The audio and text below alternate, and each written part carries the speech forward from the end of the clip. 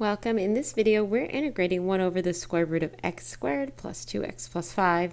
And this is going to require a technique that you have maybe forgotten from algebra called completing the square.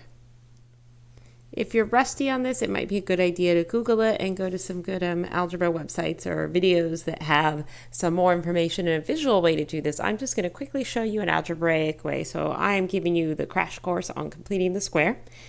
We have x squared plus 2x plus 5. And the idea here is we want to separate that x squared plus 2x and add that 5 at the end. So then here, this 2, what's 2 divided by 2? Well, that's 1. And what's 2 divided by 2 squared? Well, that's 1 squared, which is just 1. So how does that help us? I can rewrite this as x squared plus 2x plus 1 plus 5. Now, before people say, oh, you changed the quantity here, since I added 1, I also have to subtract 1, since 1 minus 1 is equal to 0. So we're going to do that ninja algebra thing where we add by 0 or multiply by 1. In this case, we're adding by 0. So now I can finally factor this as x plus 1 quantity squared plus 4 outside.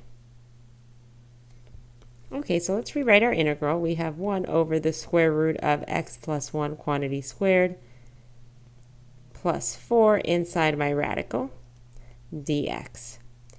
So now this is of the form a squared plus x squared, but we don't really have an x there. In fact, we have an x plus 1 here, and our a is equal to 2. So this is what our integral looks like. Our integrand inside of this radical looks like this.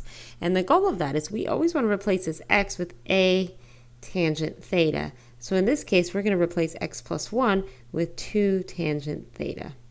Let's go ahead and do that. So let x plus 1 equal 2 tangent theta. Then dx equals 2 secant squared theta d theta. And of course, x plus 1 quantity squared equals 4 tangent squared theta. So now wherever I see an x plus 1 squared in my integrand, which is only in one place, I will replace that with a 4 tangent squared theta. Wherever I see a dx, which again is just one place, that will be replaced with 2 secant squared theta d theta. Okay, so I have the integral now of 2 secant squared theta d theta in my numerator divided by the square root of 4 tangent squared theta plus 4. Let's clean this up a bit further. So I have 2 times the integral of secant squared theta divided by 4 times tangent squared theta plus 1. All inside the radical in the denominator d theta. So recall from trig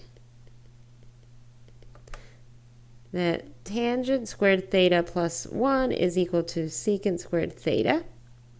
So I can rewrite this further as 2 over 2. And now this 2 in the denominator here comes from the fact that the square root of 4 is equal to 2.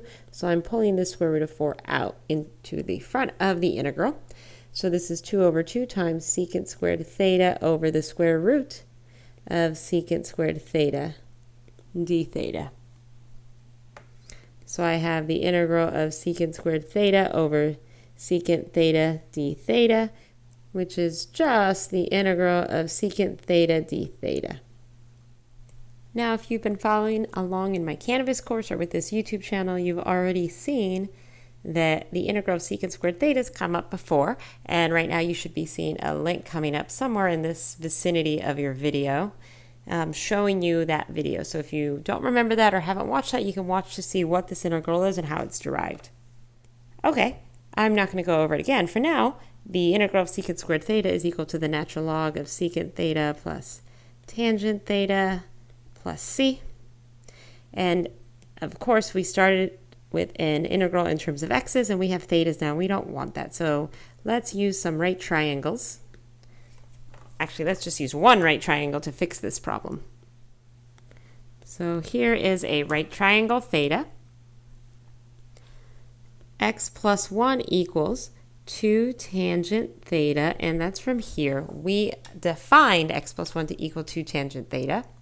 So now we're using that fact to rewrite this as tangent theta equals x plus 1 over 2. And that's just from dividing both of these sides by 2. So tangent is opposite over adjacent. So that means the side opposite this angle is equal to x plus 1. And the side adjacent to this angle is equal to 2. Now what is the hypotenuse equal? This is c here. Well, c squared is equal to 2 squared plus x plus 1 quantity squared. So c is equal to the square root of x plus 1 quantity squared plus 4. Okay. So now we need to figure out what secant theta is. So tangent theta is here, and we know what tangent theta is. That's x plus 1 divided by 2. But we don't know what secant theta is. And if you've been watching along with my videos, you always notice that I rewrite secant theta as 1 over cosine theta. I really loathe the memorization, so I'd rather just figure things out. Cosine of theta is adjacent over hypotenuse. So that's 2 over the square root of x plus 1, quantity squared plus 4. That tells me that secant theta, being its reciprocal, is equal to the square root of x plus 1, quantity squared plus 4, divided by 2. So this entire integral becomes the natural log of secant theta. Excuse me, not secant theta. We're replacing secant theta with this. So we have the square root of x plus 1, quantity squared plus 4, and tangent theta divided by 2, plus tangent of theta, which is just x plus 1 over 2, plus c. Now I'm going to rewrite this, and I'm going to give everyone another little algebra crash course. That is, natural log of a over b is equal to the natural log of a minus the natural log of b. If this does not look familiar, look up laws or properties of logarithms. So spend some time on Google searching that if that doesn't look familiar. So I'm going to use that fact and the fact that I can rewrite this as one entire fraction to have this become the natural log of the square root of x plus 1, quantity squared plus 4, plus x plus 1, minus the natural log of 2, and I'm going to quickly make a little change here. I'm going to call this c1 plus c1. Then I'm going to say, well, I'm going to let c equal c1 minus ln of 2 in my final step. Rewrite this a bit further as the natural log of the square root of x squared plus 2x plus 5. All I did here was rewrite this quadratic in the opposite direction from when we completed the square. Then outside of that radical, I have plus x plus 1, and then plus a constant c. So this integral here evaluates to this, and the techniques we used is we used completing the square, we used some trigonometry, some identities, a Pythagorean theorem, and maybe some things that you might remember or maybe not remember from properties or laws of logarithms.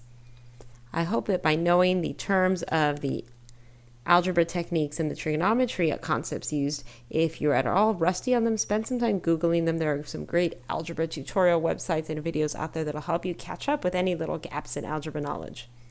Otherwise, I hope that video was helpful.